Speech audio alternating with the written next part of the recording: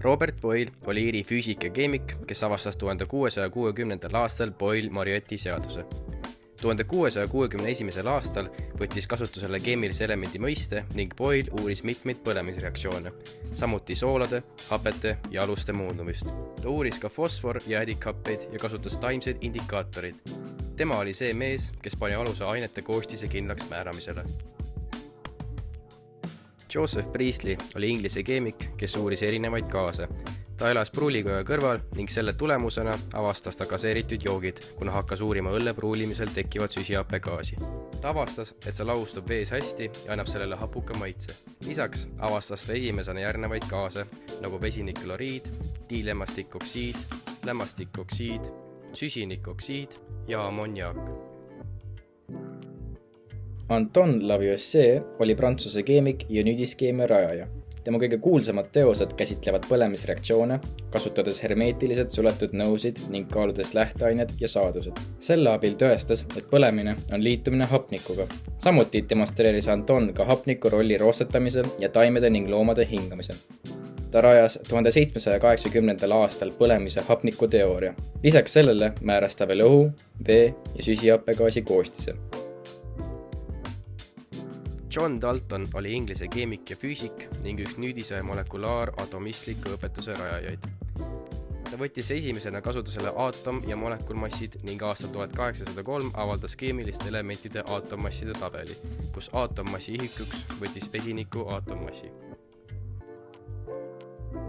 Humphrey Davy oli Inglise keemik ja füüsik, kes oli üks elektrokeemia rajajaid, mis uuris elektrivoolu toimet keemilistele ühenditele. 19. sajandi alguses avastas ja eraldas ta elektrolüüsi teel mitmeid aineid, näiteks naatrium, kaltsium ja magneesium. Samuti oli ta ka üks boori avastajatest ja tõestas, et kloor on element. Veel märkimisväärseid avastusi ja leiutisi on naerugaasi koostise uurimine ja selle valuvaigistava toime avastamine, hapet- ja vesinikteooria esitamine ja esimese õhutu kaevanduslambi väljatöötamine, mida tuntakse Davy laterna nime all. Dmitri Mendelejev oli vene keemik, kes on ilmselt kõigile tuttav perioodilisuustabeli loomise tõttu 1869. aastal. Huvitav fakt perioodilisuustabeli kohta on see, et tol ajal polnud sellele põhjendust, see oli vaid teooria.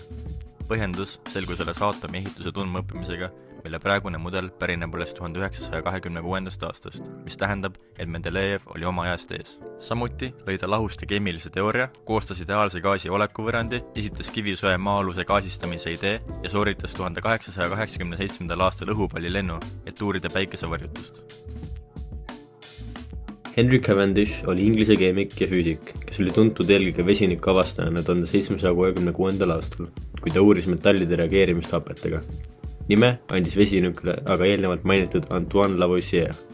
Samuti tegi ta kindlaks õhukoostise, mida me tänapäeval tunneme, ja määras pöördkaalu abil gravitatsioonikonstandi suuruse, mille järgi oli võimalik arvutada maa massi vaid 1% veaga. Gravitatsioonikonstandi arvutamine võimaldas leida ka kuu, päikese ja teiste taevakehade massid. Daniel Rutherford oli šoti teadlane ja keemik, kes on tuntud eelkõige oma töödest gaaside uurimise valdkonnas. Ta avastas, et hapniku ja lämmastiku segunemisel tekkiv gaas, mida ta nimetas räbuhappeks, oli tegelikult lämmastikoksiid. Rutherfordi uurimused panid aluse kaasaegsele gaasiõpetusele ja olid olulised atmosfääri koostise mõistmisel. Lisaks panid aluse ka paljudele hilisematele teadusuuringutele ja eksperimentidele, mis on aidanud mõista gaaside käitumist erinevates tingimustes. Carl Wilhelm Scheele oli Rootsi keemik, kes 1772. aastal avastas hapnikku, kuumutades mitmesuguseid aineid, sealhulgas elavhõbeoksiidi, kaaliumnitraati ja hõbekarbonaati. 1773. aastal avastas ta lämmastikku ja tegi kindlaks, et õhk on kahe komponendi segu, kuid ei suutnud koostist määrata. Ta avastas ka 1774. aastal kloori ning eraldas mitmeid anorgaanilisi ja orgaanilisi happeid, nagu sinihappe, arseenhappe ning õun ja sidrunhappe. Tänu temale sai ka Rootsis 100 aasta pärast üks juhtivaid tuletikude tootjaid, sest leiutas viisi, kuidas fosforit suures koguses toota. Amedeo Avogadro oli Itaalia füüsik ja keemik, kes 1811. aastal lõi Avogadro seaduse, mis ütleb, et eri gaaside võrdses ruumalas sisaldub võrdsel temperatuuril ja rõhul võrdne arv aineosakesi. Sellest seadusest tulenes ka teada-tuntud Avogadro arv. Avogadro oli ka esimene, kes määras mitme elemendi aatommassid, sealhulgas hapnik, süsinik ja lämmastik. Lisaks pani ta aluse molekulaarteooriale, selgitades välja, et gaaside molekulid koosnevad aatomitest.